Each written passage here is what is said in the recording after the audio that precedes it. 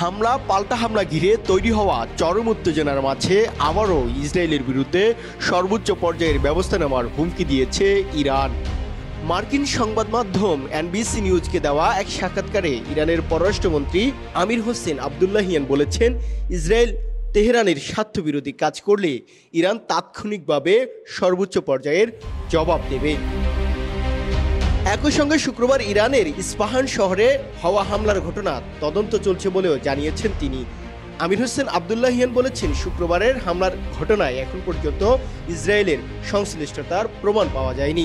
তিনি বলেন, ড্রোনগুলো ইরানের ভেতর থেকে ছোড়া হয়েছে এবং কয়েকশো মিটার উড়ে যাওয়ার পর সেগুলো ভূপাতিত হয়েছে। ইরানের এই পররাষ্ট্রমন্ত্রী বলেছেন, এগুলো ড্রোন নয়, তবে খেলনার মতো, যা দিয়ে আমাদের বাচ্চারা খেলাধুলা করে, আর এসবের সাথে ইসরায়েলের সংশ্লিষ্টতার কোনো প্রমাণ এখনো পায়নি। তবে ইরান বিষয়টি নিয়ে তদন্ত করছে। তেহরানের তথ্য অনুযায়ী গণমাধ্যমের আসা তথ্য সঠিক নয় বলেও জানান ইরানের এই পররাষ্ট্রমন্ত্রী। ইরানের সরকারি কর্মকর্তা ও গণমাধ্যম বলছে, শুক্রবার ভোরের দিকে ইরানের মধ্যঅঞ্চল ইস্পাহান শহরে 3টি ড্রোন আঘাত হেনেছে। এর ফলে সেখানে ছোট বিস্ফোরণ ঘটেছে।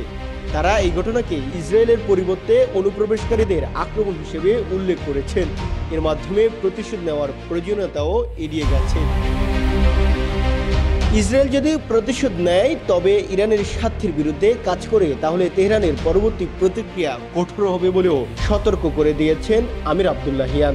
তিনি বলেন, যদি ইসরায়েল আরেকবার দুঃসাহসিকতা দেখায় এবং ইরানের স্বার্থের বিরুদ্ধে কাজ করতে চায়, তাহলে আমাদের প্রতিক্রিয়া তাৎক্ষণিক এবং সর্বোচ্চ স্তরের হবে। শুক্রবার গভীর রাতে ইরানের মধ্যাঞ্চলে ইস্পাহান শহরের কাছে একটি বিমান ঘাঁটি লক্ষ্য করে ড্রোন হামলা হয়েছে। তবে কৌশলগত কোনো গুরুত্বপূর্ণ স্থানে আঘাত হানতে ব্যর্থ হয়েছে এইসব ড্রোন। এছাড়া এই হামলায় বড় ধরনের ক্ষয়ক্ষতিও হয়নি। ইসরায়েল এই হামলার বিষয়ে এখন পর্যন্ত কোনো মন্তব্য করেনি। মার্কিন পররাষ্ট্রমন্ত্রী অ্যান্টনি ব্লিংকেন বলেছেন, যুক্তরাষ্ট্র কোনো আক্রমণাত্মক অভিযান চালায়নি, যদিও হোয়াইট হাউস বলছে এ বিষয়ে তাদের কোনো মন্তব্য নেই।